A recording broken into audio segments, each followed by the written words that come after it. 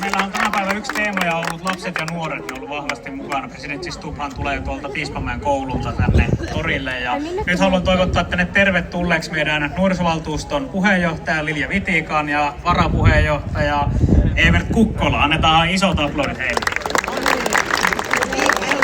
Gymnasiestuderande Lilja Vitika och Evert Kukkola upp på scen för att intervjua vår president. No niin, kiitos tästä saatteesta.